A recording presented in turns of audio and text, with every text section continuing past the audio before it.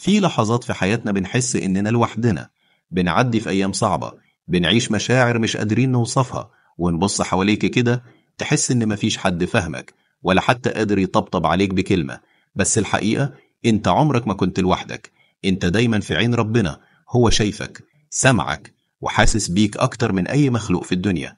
لما بتقع هو بيشيلك، لما بتعيط هو اللي بيمسح دموعك حتى من غير ما تطلب، لما كل الأبواب تتقفل هو بيفتح لك باب ما كنتش تتخيله.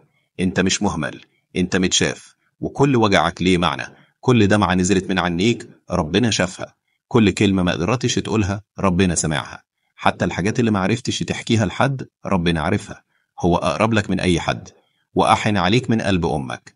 مين قال إنك ضعيف؟ ده ربنا بيقويك. ومين قال إنك اتأخرت؟ ده ربنا بيجهز لك وقت مش شبه أي توقيت. وكل مرة قلت فيها أنا مش قادر، ربنا كان بيقول لك أنا معاك وإنت تقدر بيا. في أوقات بنحس فيها إن الحياة تقيلة واللي جوانا مش مفهوم، بس وقتها افتكر إنك في معية رب كريم رحيم، عارف قد إيه بتتألم وقد إيه نفسك ترتاح. ساعات ربنا ما بيغيرش الظروف، بس بيغير قلوبنا جواها، يثبتك، يهون عليك، يخلي في قلبك نور وسط الضلمة. ده حتى لما الناس بتبعد ربنا بيقرب، لما القلوب تقسى هو يحن، ولما تحس إنك تايه هو يرشدك. هو الملجأ والسند والونس والأمان.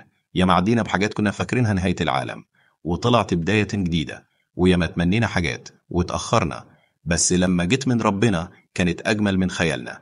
عارف ليه؟ عشان ربنا مش بينسى، وعشان ربنا بيحبك حب مش مشروط، حب ما بيتغيرش بغلطك ولا بيقل بتعبك. خليك دايما فاكر إنك غالي عند ربك، وإنك في رحمته، وإن الخير جاي حتى لو اتأخر. متستعجلش، لأن في كل تأخير حكمة، وفي كل صبر ثواب، وفي كل ضيق فرج. بس اصبر، اصبر وصدق إن بعد العتمة نور، وبعد الهم فرج، وبعد الليل فجر، وإنك ماشي في طريق ربنا رسامه بحكمة. حتى لو انت مش شايف غير خطواتك الصغيرة، امشي بيقين، ارمي كل اللي تعبك عنده وقول له أنا تعبت بس ماليش غيرك. وهتشوف بعينك إزاي ربنا بيجبر القلوب الكسرانة وبيحيي الروح لما تموت من جوه. في كل سجدة، في كل دعوة، في كل لحظة ألم، ربنا أقرب لك من أي مسافة. هو اللي خلقك، وهو اللي علم بيك، وهو اللي هيكملك. فمتقولش مفيش أمل، لأن ربك اسمه الكريم. متقولش ماليش ظهر، لأن ربك هو السند.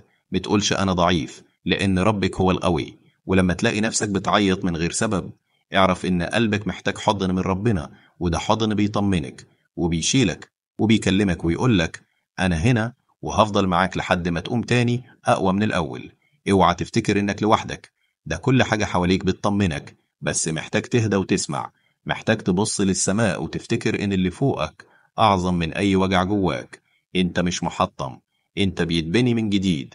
انت مش مكسور، انت في مرحلة التشافي، وربنا بيشتغل عليك، بيهيئك لحاجة كبيرة. استسلم له وسيبها على الله، وشوف ازاي هيكبر بخاطرك بالطريقة اللي قلبك محتاجها. وفي ختام الفيديو لا تنسى الاشتراك في القناة ومشاركتنا رأيك، دعمك يهمنا.